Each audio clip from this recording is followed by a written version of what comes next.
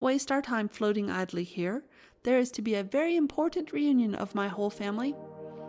And with that, they were caught in an eddying current and swept out of the door, Anjou with his tail as erect as a mast, Philippe wide-eyed and silent in his cradle boat, and grandmother in her wooden tub, pleased and proud, the happy tears streaming down her cheeks.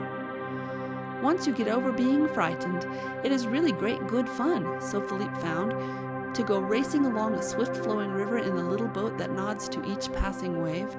They passed tall reeds and rushes that waved gracefully to them from the shore, weeping willow trees, their wands gray-green and crystal with rain, gently caressing the surface of the water, emerald fields patterned with yellow flowers shining wet, mallows by the river's edge, white with glowing hearts of deep pink with hearts of white. Sometimes swiftly, sometimes slowly, but always and ever onward, grandmother's son carried them on his strong back, now through lowlands, and now between high banks of dark chocolatey mud where, from the black portals of burrows and tunnels, the bright eyes of water animals gazed at them in astonishment. Yes, it was thoroughly delightful, but it was puzzling to Philippe. There were many things that he did not understand. He decided that he would ask grandmother, who was floating close to him in her wooden tub. "Grandmother Marianne," he called to her, "why do you call the river your son?" "Look at me, Philippe. Have I not changed?" asked grandmother. "I am no longer Grandmother Marianne," she said. "I am Grandmother Rain. Without me there would be no puddles, no pools, no lakes, no ponds, no rills and runs and rivulets, no brooks and streams, no waterfalls, no rivers. Their lovely and happy voices would die from the land. They are all my children, and if it were not for my children, there would be no ocean." "What is the ocean?" asked Philippe, who had never been to the seashore. "That, my Philippe," said Grandmother Rain, "is where I was born and where all my children return. It is a beautiful place, and how your uncle loves to play there, a decidedly worthy man, your uncle, though at times a trifle flighty." They passed a grove of trees, their bright branches reaching out over the water. "How fresh and strong they look," cried Grandmother Rain. "They are always glad to see me, I can assure you. Oh, I have strange adventures, Philippe. Sometimes I am buried in the soft brown earth, and you would think that would be the end of me now old as youth. But no, I creep back into the air through trunks of trees, through blades of grass and stalks of water, and through the shoots of young corn. I trickle through an endless maze of underground passages into deep wells, or until I find a place where I can come bubbling up to the surface. Every living thing needs me, and every living thing loves me. Except sometimes little boys kept in from play, eh?" Philippe felt guilty and was about to apologize when Grandmother Rain put him at rest. "That is not quite true. There are others who do a great deal of complaining about me. They say that I am an old spoil-sport just because I try to make myself pleasant at their parties and picnics. But if I were to leave them forever—" She made an odd little gesture of despair. "Would you like me to sing you a song?" she asked unexpectedly. "It might serve to pass the time." "Please," said Philippe, who was getting a bit tired of floating aimlessly and never arriving anywhere. "Very well," and this is what she sang. "Pitter-pat, pitter-pat, drip, drip, drip. Pitter-pat, pitter-pat, slip, slip, slip. Over roofs and windows, over garden walls, over fields and meadows, the grain rain falls. I fall upon the countryside, upon the city square. I tap the silk umbrellas that are opened everywhere. I wash away the dirt and dust that cloud the flower's face. I fall on royal palaces and in the marketplace. For no one is too regal and no one is too low to receive the crystal blessing that I scatter as I go. I freshen up the thirsty world and make it clean and green. The grass grows tall and flowers bloom wherever I have been. Although I lie in gutters and slip through hole and crack, and sometimes have my little joke by running down your back, I make small children happy, for on me they may float. They're shiny bright, they're red and white, their little new toy boat. So think not that because I fall like tears I may be sad. The sparkle in each drop of me is proof that I am glad. Pitter-pat, pitter-pat, drip, drip, drip. Pitter-pat, pitter. Ah, there he comes, cried Grandmother Rain excitedly, forgetting to finish her song. Who? Asked Philippe, curious like most boys. Who indeed, replied Grandmother. Look up the shore. door. Now we will have some sport." Philippe did as he was told and saw a small figure hurrying toward them at a great pace. As the figure drew nearer, he saw that it was Uncle Pablo, running along the edge of the water and stirring it to frenzy. "Hold tight," warned Grandmother from her tub.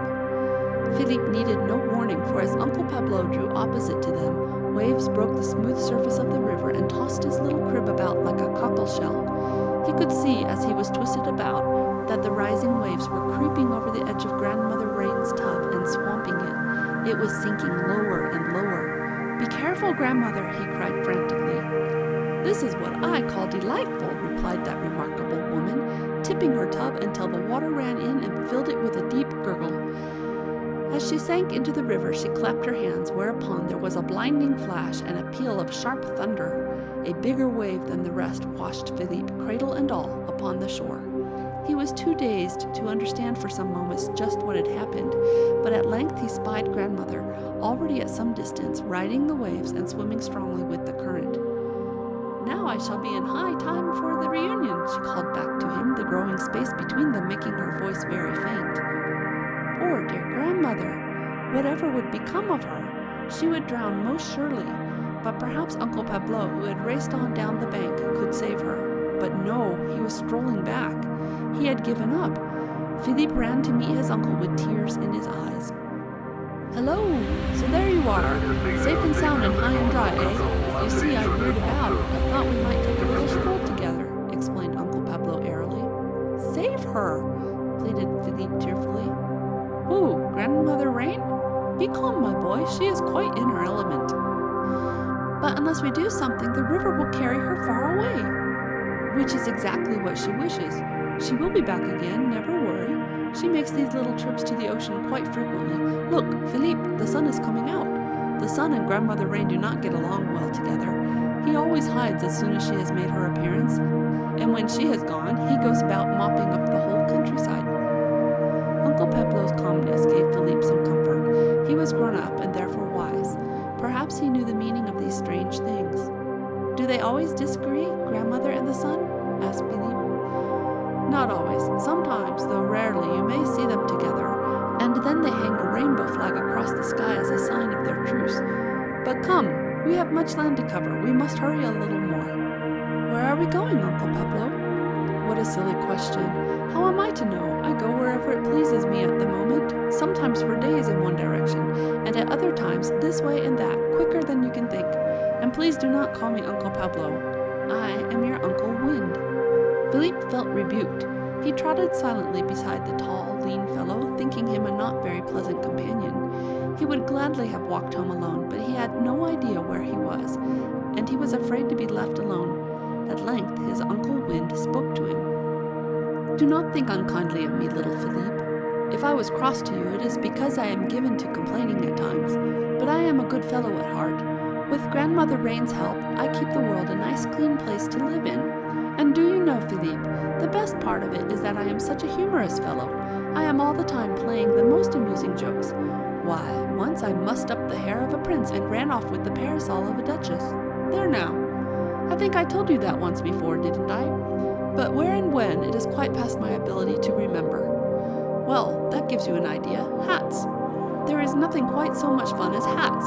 Snatch a hat and run. Drop it until its owner is just about to pick it up and then snatch and run again. There's nothing that draws such a large and appreciative audience as the hat trick. Though, of course, umbrellas are great sport, but I need Grandmother Rain to help me with that trick. Maybe you think I am only a practical joker. Not at all. Do you remember that day that you were sick and your head felt as if it were on fire?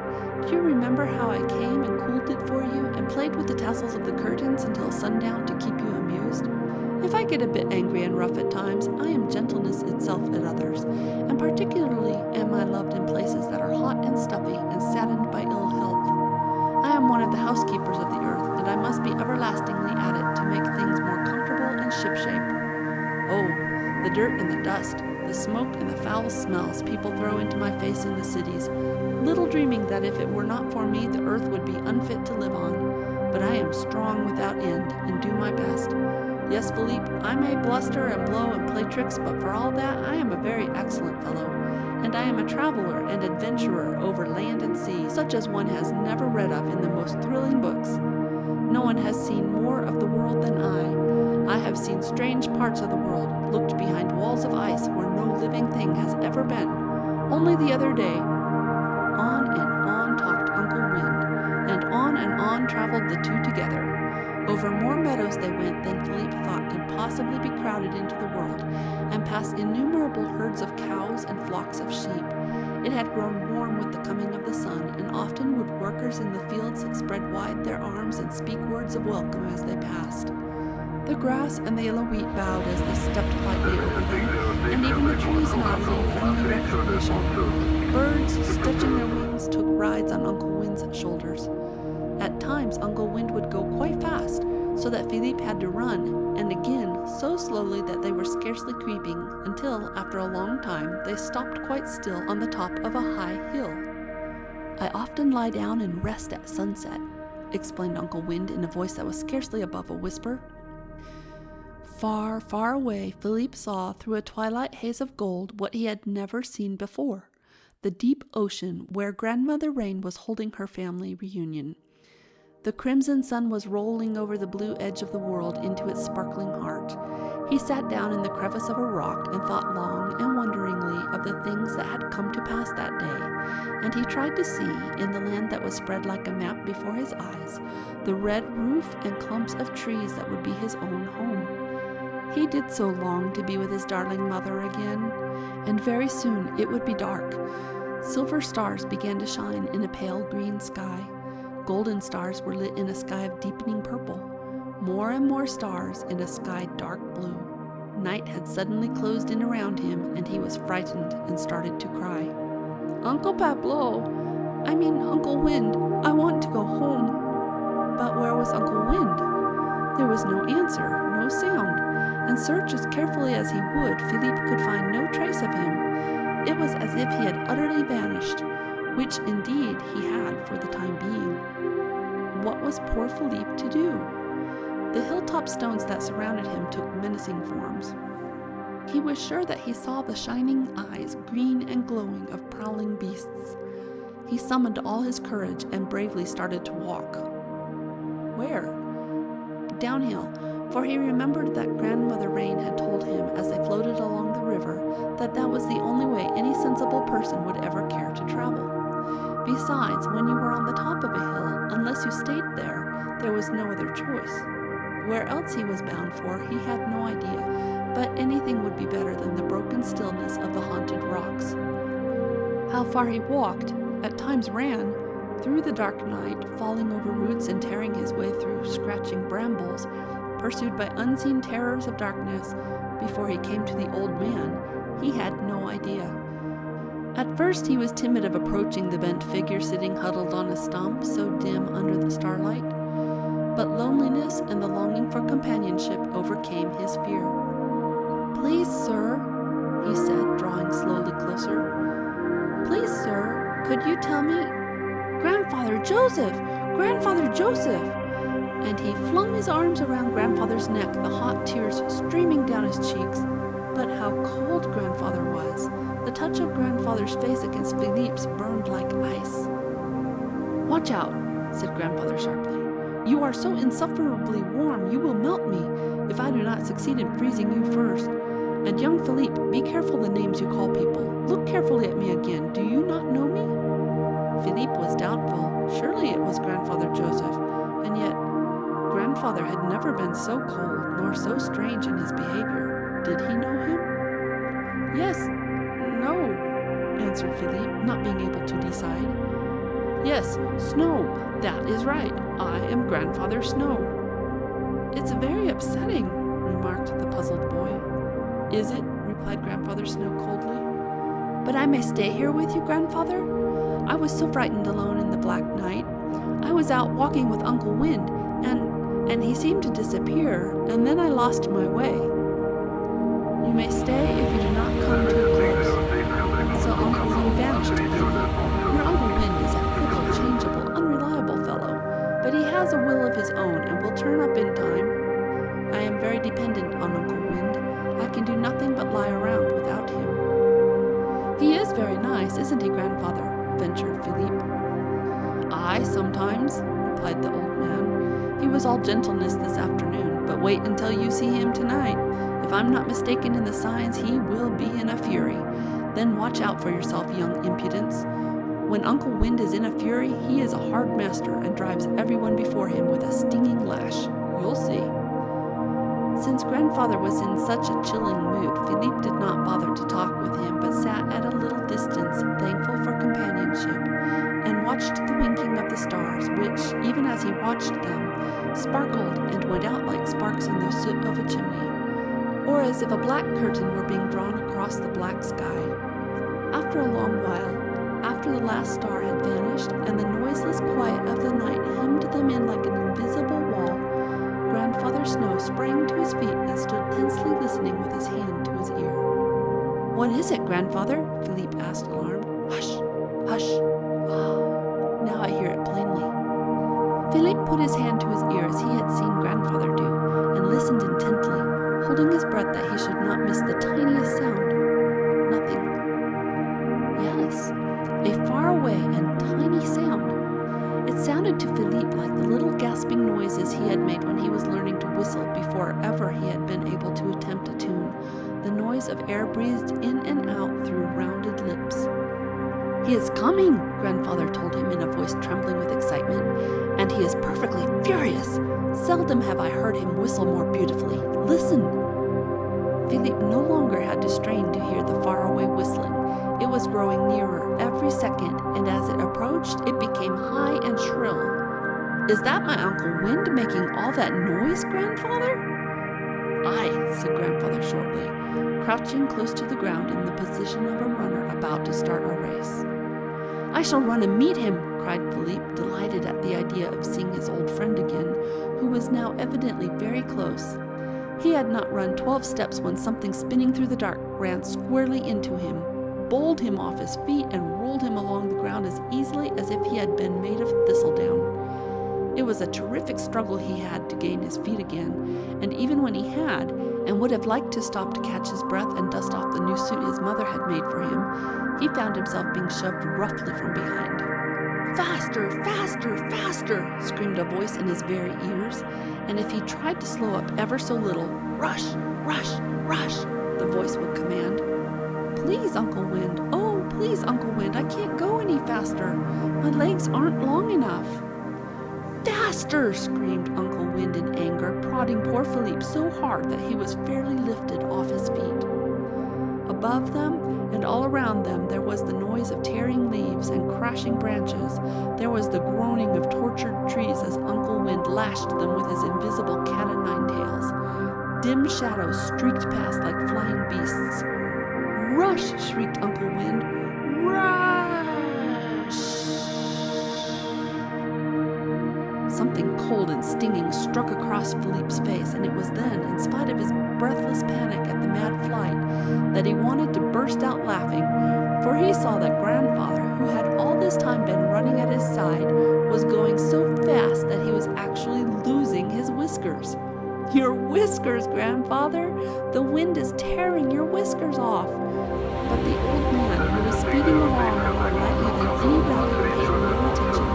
In truth, he seemed in no great calamity, for as fast as Uncle Wind could tear off his whiskers and his hair and scatter them on the ground, new would grow immediately, and so thick and fast they grew that the ground became covered with white. But whiskers were not cold and wet when they brushed across one's face.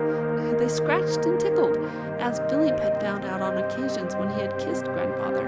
This was snow. Grandfather Snow was spreading his white blanket over the earth. All night long, Uncle Wind and Grandfather Snow sped across the dark country like madmen, and when little Philippe grew too tired to stand it any longer, Uncle Wind would lift him up in his strong arms and carry him. And the snow grew deep and eddied and twisted into great mounds and high drifts with sharp, curved edges like the thin crests of waves, so that in the cold, pale light of the coming morning, the world looked like a beautiful dream cut from marble. And with the coming of dawn, Uncle Wind suddenly stopped driving them. "That was a great run," said Uncle Wind.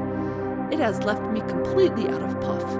Philippe, my boy, I hope it hasn't tired you too much." Grandfather Snow, didn't I drive you beautifully? Aye. And you have not done so badly. It will be some days before we are in shape for another run like that. Well, goodbye.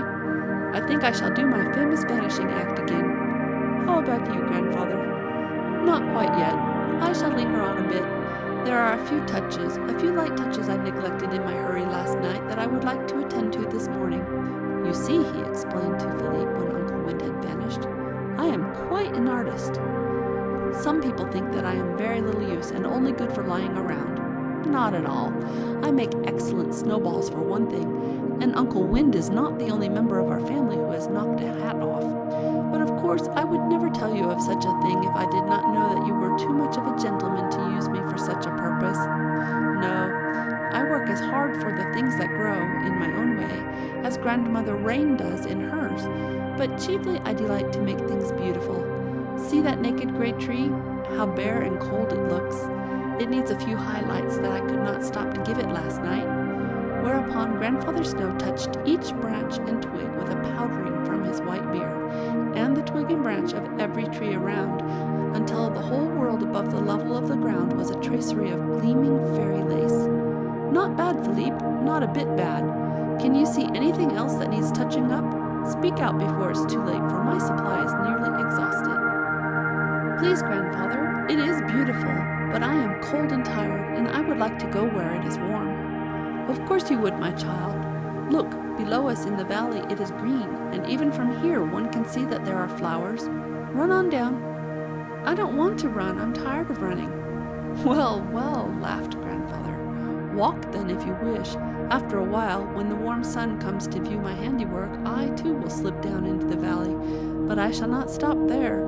No, I have a long way to travel before I join Grandmother Rain once more.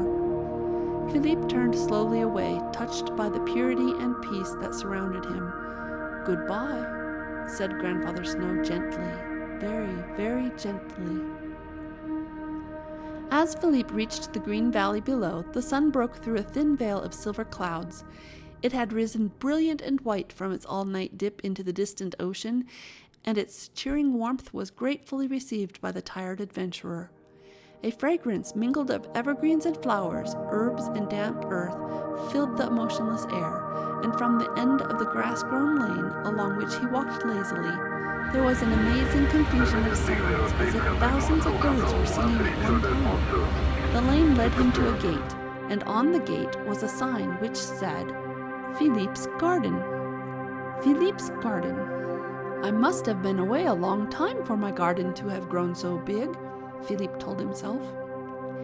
Standing inside the gate was little Avril in a new green smock, prettily embroidered with wreaths and garlands of flowers. She curtsied so low before him that the hem of her dress brushed the young shoots of grass, and she smiled at him tenderly. And who are you? Asked Philippe warily. Why, Philippe, don't you know me? Yes, I think I do, but I thought that I knew Grandmother Marianne, and she turned out to be Grandmother Rain. Uncle Pablo, it seems, was not Uncle Pablo at all, but Uncle Wind. And my grandfather Joseph is Grandfather Snow and lies just above us on the hill. It is very puzzling. Can I be sure that you have not changed your name? I have quite a number of names, explained the little girl. Some call me Spring, some call me Flora, but you may call me Avril, April. It's all the same. Would you like me to show you your garden? It is very lovely, and I have worked hard to get it all in readiness for your coming. You? Yes, I am your gardener, but I have had a lot of help. Everyone has been so kind. Uncle Wind helped me plant it, Grandfather Snow prepared the ground in fine shape, and Grandmother Rain has been here often and often, giving my little plant babies their bottles. It has been a lot of worry and care, Philippe, Avril told him in a curiously grown-up voice.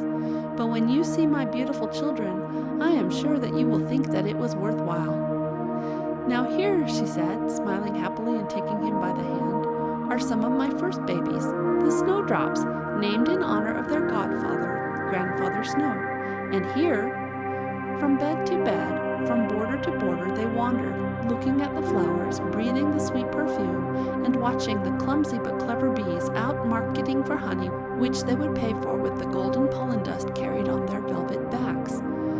There were soft-petaled pansies as dark as midnight, as purple as a queen's dress, as yellow as the sun, and sometimes of many colors curiously combined to form impish and laughing faces. There were lilies of the valley and violets, stonecrop and candytuft, peonies and roses, larkspur and bridal-breath. So many flowers that Philip could not remember their names, but gave himself up to the enjoyment of their soft and gorgeous colors, their delicate and magnificent shapes. Farther along the maze of paths where he was led by Avril, the flowers were still furled in tight buds, and at length they came to beds where the dark loam was scarcely more than broken by lifting sprouts. "These are for later," explained his fairy-like guide.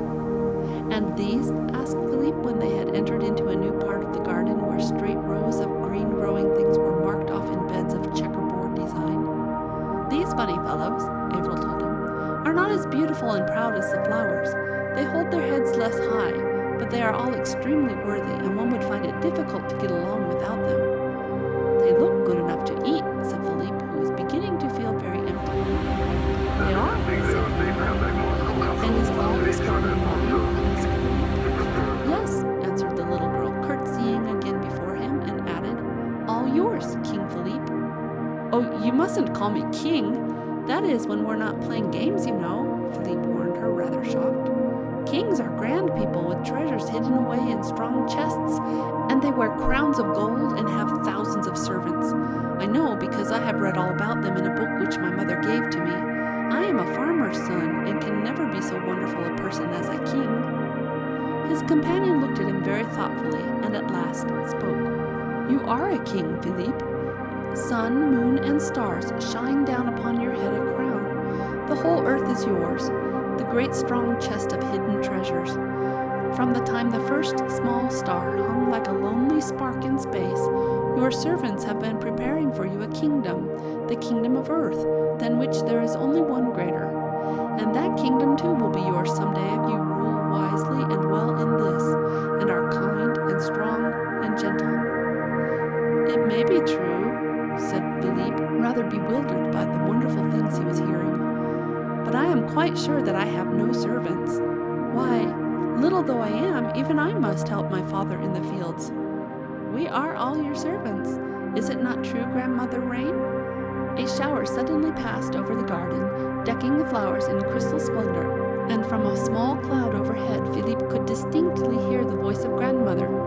"Yes, I have worked for Philippe's father and his grandfathers from the very beginning of things, and I hope to work for his children and his children's children for time evermore. Do not think badly of me, Philippe, if I did not come and go just to your liking, for I am very busy with much important work to attend to." "Is it not true, Grandfather Snow?"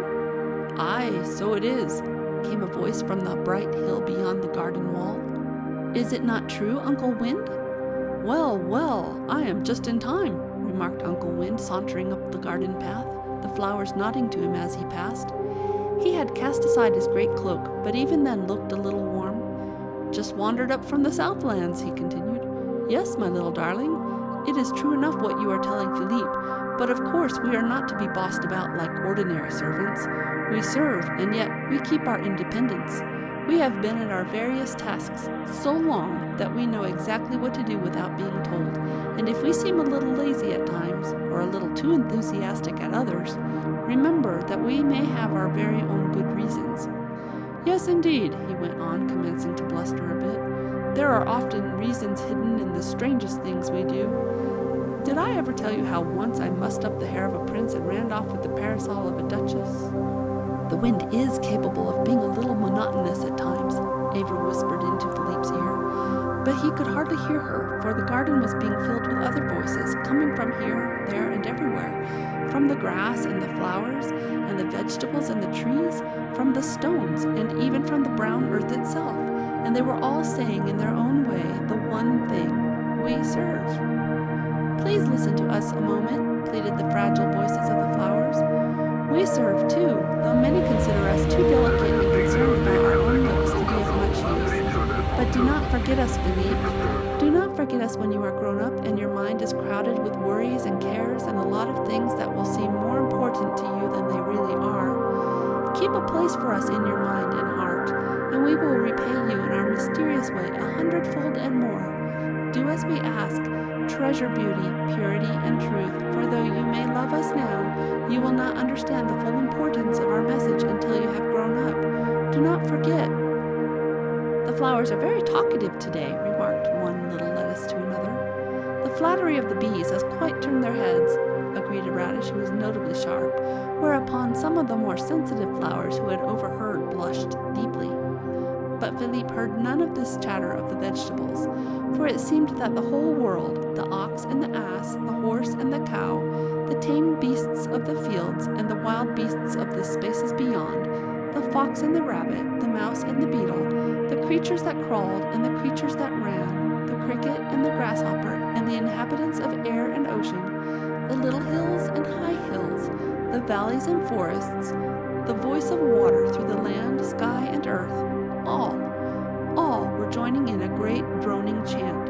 We serve, we serve, we serve. What utter nonsense, shouted a little bird saucily, flying from the low branches of a tulip tree. I serve no one. I just have lots of fun, and I'm going to have an exciting fly, and that's something little boys can't do, for they haven't even any pin feathers. The cocky way the little bird flapped her wings and tossed her head made Philippe double up with laughter. See, said the little rebel's mate, flying close, you have made the king laugh, so your empty boasting has broken like a bubble, for laughter is one of the greatest services in the world. And as for going on your wild flight, have you forgotten our pretty blue eggs in their soft brown nest? I am a king, said Philippe in a daze of wonderment. My darling Avril, tell me what I can do to show my gratitude to all my servants. They love nothing better than that you use them, Philippe. Use them wisely and well, and not only for yourself, but for others. And gentle Spring kissed him upon the lips, filling his heart with love and happiness. It is high time, said Philippe's mother to Philippe's father, that our little one was back. Soon it will be dark. She went to the doorway and gazed across the fields. Here comes Pablo, she called back into the room, and he is carrying the child in his arms. Shh, breathed Uncle Pablo, drawing close. Take your son gently into your arms. He has been sleeping bravely all the way from his grandparents. And here, said Uncle Pablo, is his little silver whistle, by which I hope that he will remember me when he wakes up and finds me gone. The End. End of Chapter 5. Recording by Lynette Caulkins, Monument, Colorado, October 2019. End of The Dream Coach by Parrish.